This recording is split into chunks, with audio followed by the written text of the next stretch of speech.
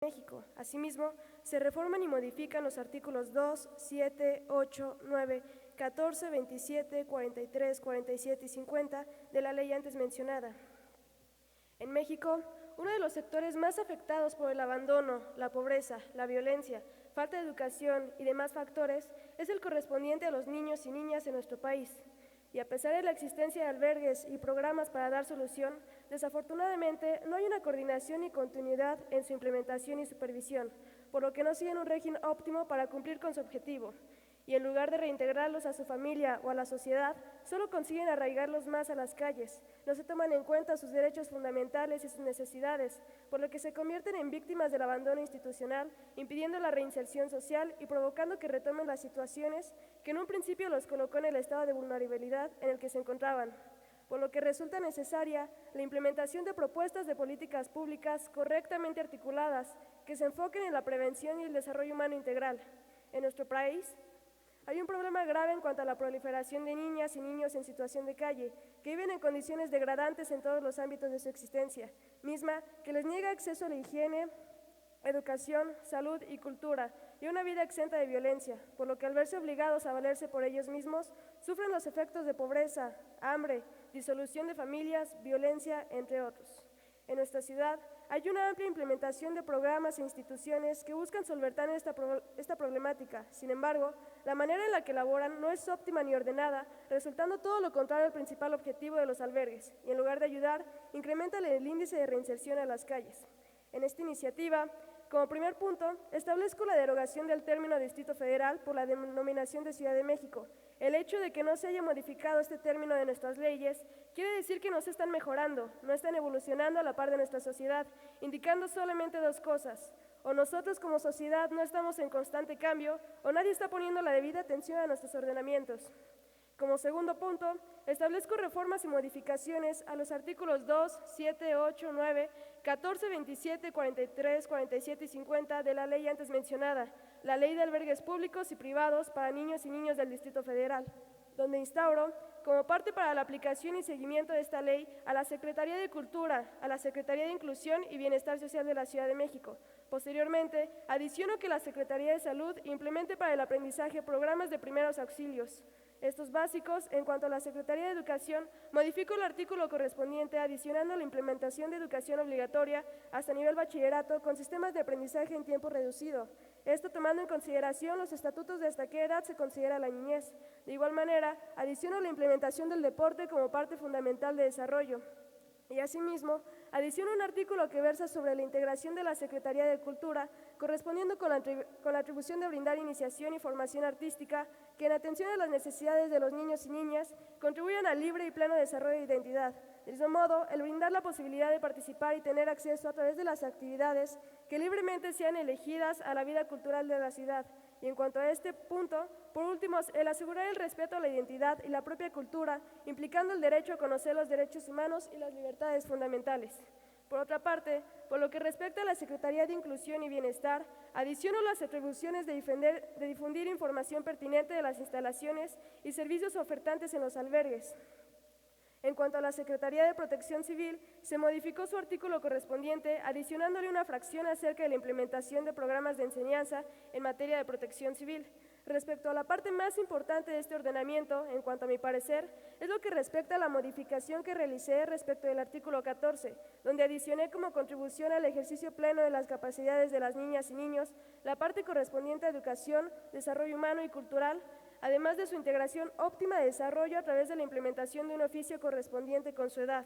Esto debido a que la educación es parte prioritaria. Si no se implementan las bases, si no se enseña a hacer, ¿cómo buscamos en un futuro una reinserción social? Debemos brindarle la oportunidad a estos niños de crecer en todos los aspectos. Por otro lado, modifiqué el número de personas que brindan la atención a los niños, incrementándolo, dado que son niños y merecen una mayor atención. Posterior a esto, modifiqué el tiempo de duración de los certificados expedidos, haciéndolos más reiterativos para que los albergues cumplan con los aspectos señalados por la ley. Todo lo anterior, con base en los artículos 1, 2, 5, 6, 11, 12, 13 de la Ley General de los Derechos de Niñas, Niños y Adolescentes y los artículos 1 y 4 constitucionales, que a su dicho rezan el derecho a la vida, supervivencia, desarrollo, derecho a la prioridad, identidad, entre otros. Sin embargo, Podría mencionar un sinfín de más derechos, pero lanzo la siguiente interrogante. ¿De qué sirve que existan tantos derechos si nadie los va a hacer cumplir? Por lo que resulta necesaria la implementación de propuestas de políticas públicas correctamente articuladas que se enfoquen en la prevención y el desarrollo humano integral. Es cuanto. Muchas gracias, diputada. Con fundamento en lo dispuesto por los artículos 32, fracciones 2 y 30 de la Ley Orgánica 84, 85, 86 y 187 del Reglamento, ambos del Congreso, se instruye su inserción íntegra y se turnará para su análisis y dictamen a la Comisión de Salud y Asistencia Social. Para presentar una iniciativa con proyecto de decreto por la cual se adicionan los artículos 20 bis, 20 ter y 20 quater al capítulo único del título tercero de la Ley de la Universidad Nacional Autónoma de la Ciudad de México, para elevar a rango de ley la figura de los requisitos de elegibilidad y atribuciones del rector de la Universidad Autónoma de la Ciudad de México. Se concede el uso de la tribuna hasta por 10 minutos al diputado Enrique Álvarez González, perteneciente al Grupo Parlamentario del PAN. Adelante, diputado. Gracias, presidenta. A nombre del Grupo Parlamentario Partido Acción Nacional, creemos fielmente en apostar por la educación de esta Ciudad de México. Tenemos que entender que las instituciones, como son las universidades y su origen más antiguo en la Universidad Pontificia, son el centro que representa la construcción de ideas, saberes y conocimientos, y sobre todo la formación de los profesionistas de esta capital del país.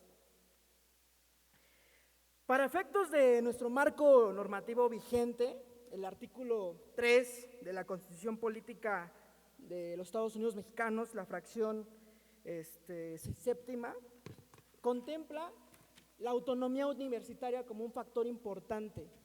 A la letra dice: las universidades y las demás instituciones de educación superior a las que la ley otorgue autonomía tendrán la facultad y la responsabilidad de gobernarse a sí mismas, realizarán sus fines de educar, investigar y difundir la cultura de acuerdo con los principios de este artículo, respetando la libertad de cátedra, de investigación y de libre examen y la discusión de ideas, determinando sus planes y programas de estudio, fijarán los términos de ingreso, promoción y permanencia tanto del personal académico como del administrativo.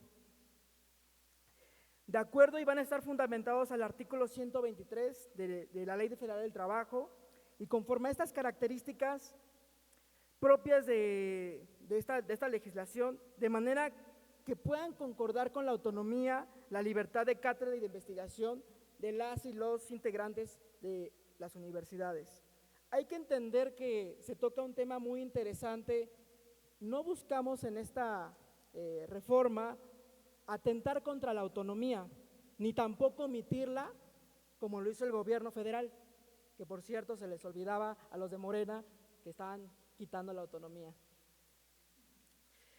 Ese es el sentido de la universidad pública, que a través de años han ganado esta autonomía, que no se les olvide, señores de Morena. Han habido conflictos, han habido luchas. La última universidad pública en la Ciudad de México que se creó fue la Universidad Autónoma Metropolitana. 20 años después, aproximadamente, se crea la Universidad de la Ciudad de México. Sí, fue por el jefe de gobierno Andrés Manuel López Obrador. Pero el problema de la universidad fue que creó un instituto de educación, un centro de estudios con muchos vacíos legales, vacíos en sus normas, a tal grado que tiene de las peores tasas de titulación de egresados, tiene de las peores tasas en cuestiones de investigación. Hace una semana aproximadamente, incluso, la alcaldesa de Magdalena Contreras puso en discusión quitarle el predio que no han logrado construir en más de 5 años. Y se aludió inclusive por la jefa de gobierno que había un desvío de 300 millones de pesos en el ejercicio de las obras para concluir los planteles de Milpa Alta y Magdalena Contreras. ¿Esto por qué se ha dado? Si han gobernado en esta ciudad experredistas que hoy están en Morena y no han puesto atención en la universidad que creó su presidente. Su presidente. Para ahondar un poco y entender este asunto, buscamos facultar de mayores atribuciones al rector. Por eso proponemos que se adhiera un artículo, tres fracciones, 20 bis, 20 ter y 20 quater, en donde el rector tenga mayores facultades. En esta universidad ocurre que se gobierna y la función máxima que tiene es el consejo universitario, desplazando la figura del rector a un órgano de tipo administrativo. Han destituido 2 rectores ya, uno en el pasado año y uno en el 2012. Por cierto, rectores que cuando no tenían cercanías con el gobierno en turno, movían a sus títeres dentro de los consejos universitarios para poder quitar a una figura y de esta forma se suscitaba la ingobernabilidad dentro de la institución. Cabe aclarar que también la universidad, a falta de producto de esa ingobernabilidad, producto de esas leyes que están vacías y facultadas en el rector, lleva 18 años sin actualizar sus planes de estudios. ¿Es cuánto?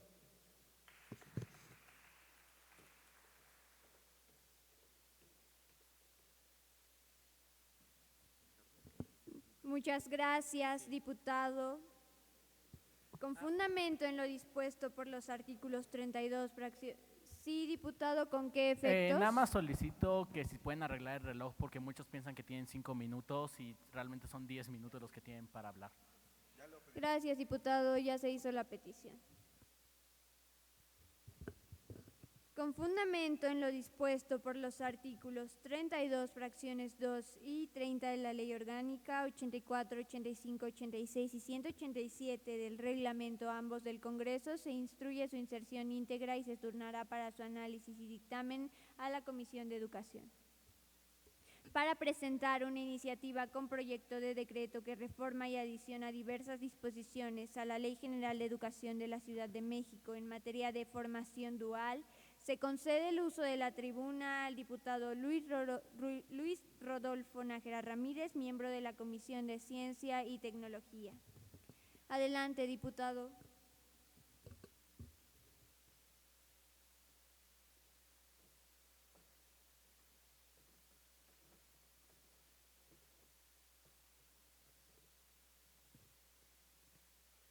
Buenos días. Con su venia, diputada presidenta de la mesa directiva del primer Parlamento Juvenil de la Ciudad de México, compañeros diputados juveniles, público que nos acompaña, juventud de nuestra ciudad. ¿Estudias o trabajas? Esta es la clásica pregunta que le hacen a los jóvenes de nuestra ciudad y para la cual hay múltiples respuestas. Están aquellos que no estudian ni trabajan, mal conocidos popularmente como ninis. De acuerdo a un estudio realizado por el Instituto Nacional para la Evaluación de la Educación, en la zona metropolitana de la Ciudad de México, se estima que el 16% de los jóvenes de entre 15 y 18 años no estudia y no trabaja, y este porcentaje se eleva al 29% en las edades de 19 y 24 años. Y si bien en general esta condición se considera que es transitoria, el estudio de algunas características que tienen este grupo de jóvenes en comparación con los jóvenes que sí estudian y no trabajan, revela un panorama poco alentador en relación con las perspectivas de sus oportunidades laborales. En nuestro país, la mayor deserción escolar se registra en el nivel medio superior. Cerca de un 45% de los jóvenes abandona la escuela antes de cumplir 15 años. Y es que detrás del abandono escolar es recurrente esta ecuación: a mayores problemas económicos, una menor probabilidad de asistir al colegio. La falta de recursos y un bajo desempeño escolar son los principales. Un momento, diputado. La mesa hace un llamado a la logística de este Congreso debido a que el Reloj no está corriendo de la manera correcta. Son 10 minutos destinados a que los diputados puedan destinar su discurso. Muchas gracias. Puede continuar, diputado. Gracias. La falta de recursos y un bajo desempeño escolar son los principales motivos para que los estudiantes de entre 15 y 19 años renuncien a estudiar. Además, la deserción escolar es más frecuente en localidades rurales, en comunidades indígenas y en sitios de alta marginación. No contar con un centro escolar en la localidad o cerca de ella incrementa los costos para poder asistir a la escuela. Están también aquellos que no logran conseguir un empleo. Los jóvenes egresados de la educación media superior normalmente se caracterizan por carecer de experiencia laboral, contar con poco dinero y estar formados en un número reducido de carreras, muchas de ellas saturadas en el mercado laboral, lo que se traduce en altas tasas de desempleo y subempleo, una baja productividad e ingresos precarios en el primer empleo o actividad económica que realizan.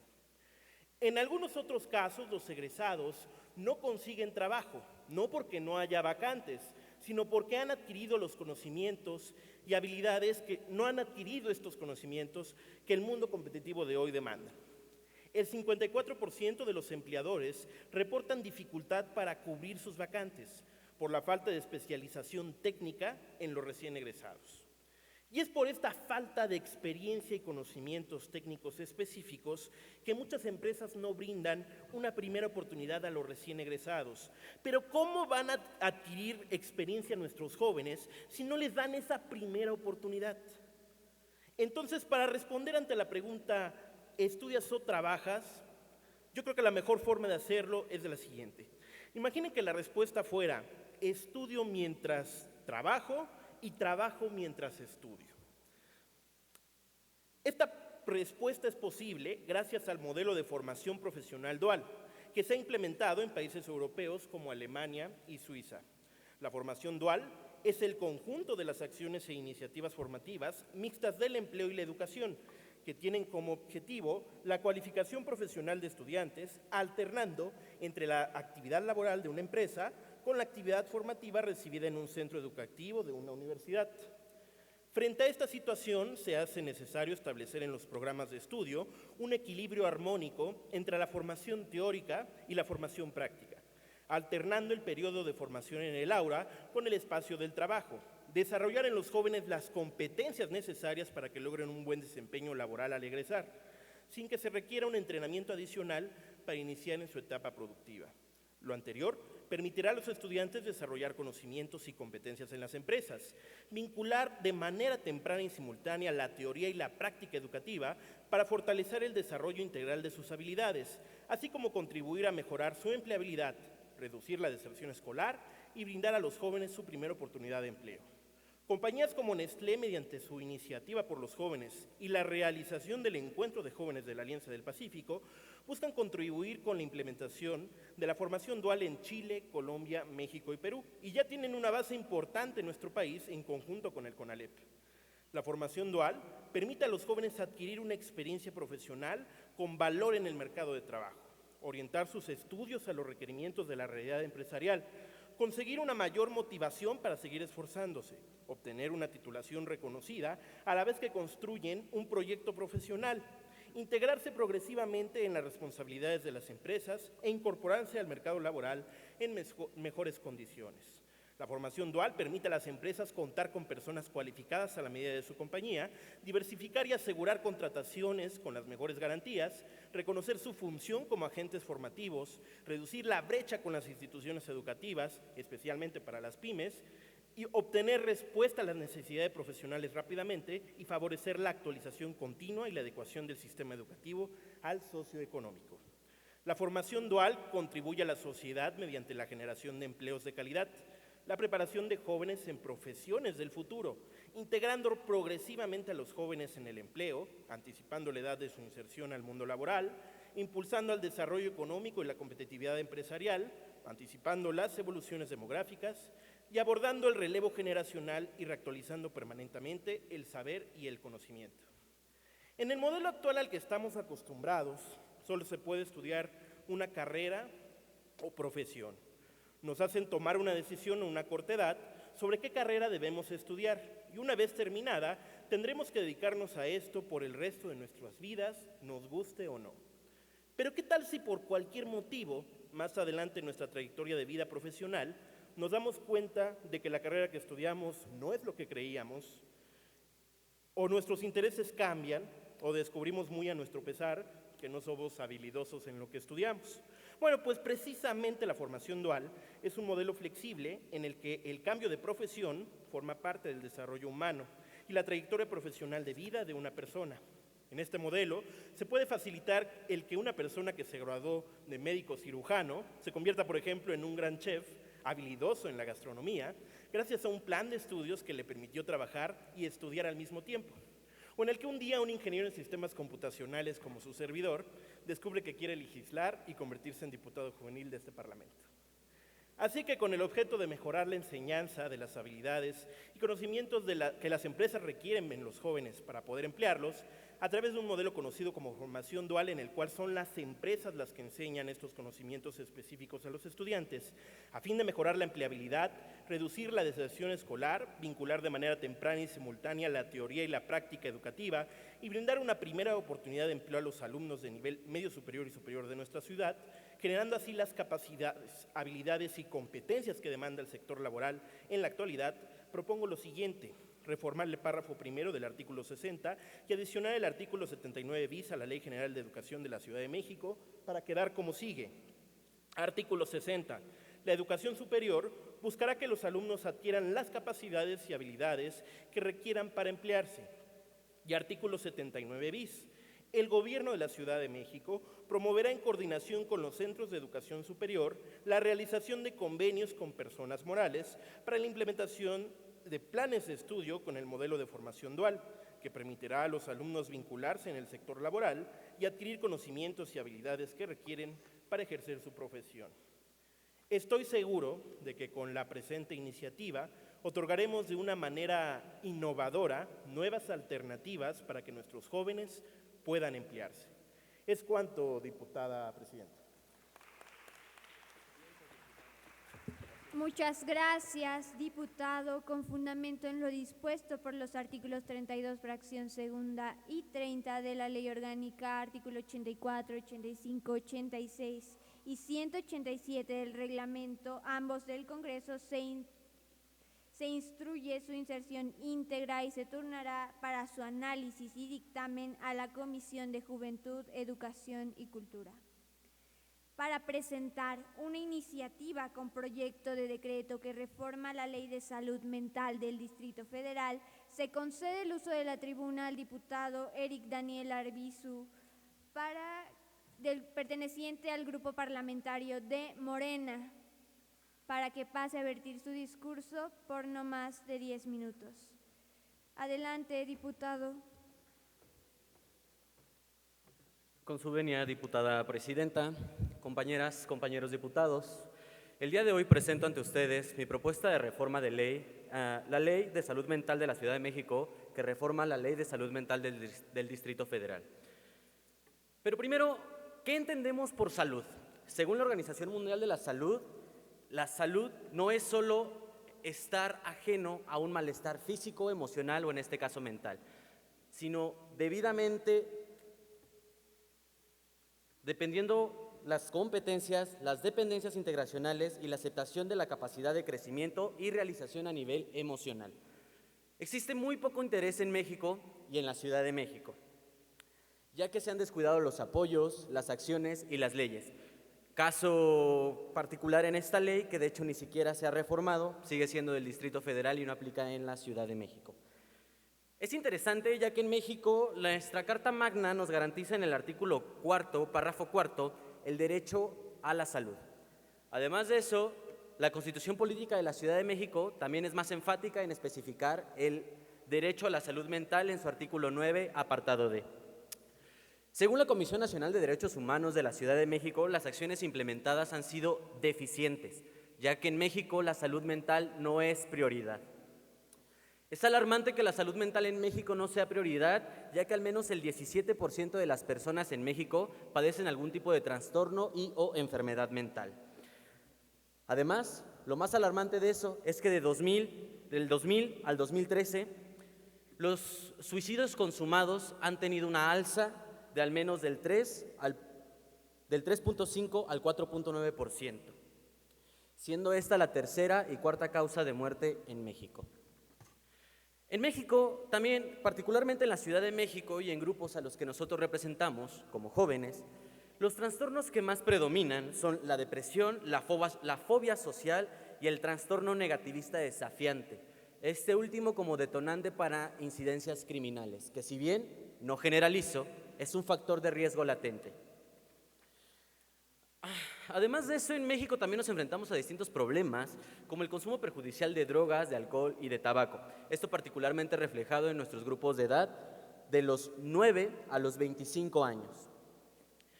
Es particular el caso de México, ya que según la Organización Mundial de la Salud, en países en los que se han enfrentado desastres naturales y fenómenos de violencia generalizada, como lo es México, con la guerra contra el narcotráfico, la salud mental de cientos y miles de personas, víctimas directas e indirectas, se ha visto afectada.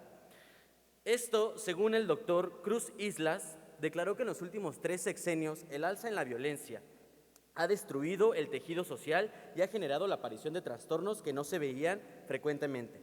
Tales de esos trastornos, el trastorno de estrés postraumático, la ansiedad y la depresión. Quiero hacer énfasis en la depresión, ya que esta es la enfermedad mental o trastorno que más afecta a los capitalinos y particularmente a los mexicanos, ya que se tiene registro de que al menos 33 millones de mexicanos padecen o padecerán depresión en algún momento de su vida. Si consideramos que el actual presidente llegó a la presidencia junto con su partido por una mayoría de 30 millones y 33 millones de mexicanos se sienten tristes y deprimidos, es alarmante, porque eso significaría que bajo la lógica de Morena, mi partido, más de la mayoría o la mayoría de los mexicanos padece depresión.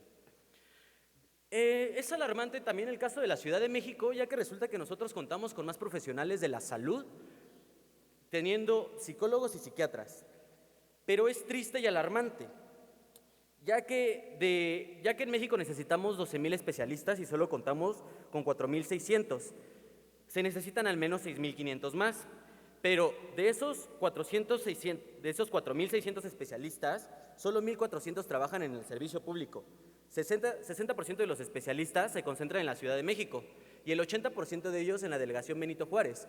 Pero de nada sirve tener una concentración de muchos especialistas en la Ciudad de México, puesto que la mayoría de ellos brindan servicios privados o particulares, que para el 50% de la población es inaccesible e incosteable, ya que los costos por consulta van de los 700 a los 2,600. Por esta razón, presento ante ustedes esta propuesta de ley de salud mental de la Ciudad de México que reforma la Ley de Salud Mental del Distrito Federal, teniendo como base prioritaria la prevención, ya que los planes, acciones, programas y leyes que se han implementado de poco o nada han servido, los esfuerzos cada vez se ven más insuficientes y las metas más inalcanzables. Esto debido a un sistema de salud mental al que poco presupuesto se le asigna. Se le designan 40 millones de pesos. De esos 40 millones de pesos a la salud, solo se designa un 0.8 millón de pesos a la salud mental. Eso nos habla de 800,000 pesos aproximadamente a la salud mental. En países desarrollados se invierten al menos $25 per cápita para el cuidado de la salud mental. En México no se invierte ni $0.50 per cápita en el cuidado de la salud mental. Es deficiente. Hay deficiencias no solo económicas, sino también de personal. Por eso la presente reforma trabajará en 3 ejes. El primero, hacer obligatorio que todos los planteles de la Secretaría de Educación Pública, desde nivel básico hasta nivel superior, cuenten con al menos un profesional de la salud en sus planteles. Además de esto, a manera de servir de factor preventivo, también se tendrá que contar con un equipo ampliamente capacitado en todos los centros sociales y sectores en los que recurra la población. Como parte para conseguir a estos jóvenes que van a especialistas de la salud, se piensa recurrir a jóvenes que, como ya lo mencionó el compañero, no les han dado el acceso a un trabajo. ¿Por qué? Porque no tienen la experiencia. Nosotros, mediante la Secretaría de Salud y la Secretaría de Trabajo y Previsión Social, pensamos que para hacer esto viable se lanzará una convocatoria cada año para aquellos que resulten competentes y pertinentes a participar en el programa de salud mental de la Secretaría de Educación Pública sean contratados. Además de esto, la reforma también tiene como principal motivo el apegarse a la realidad de la Ciudad de México.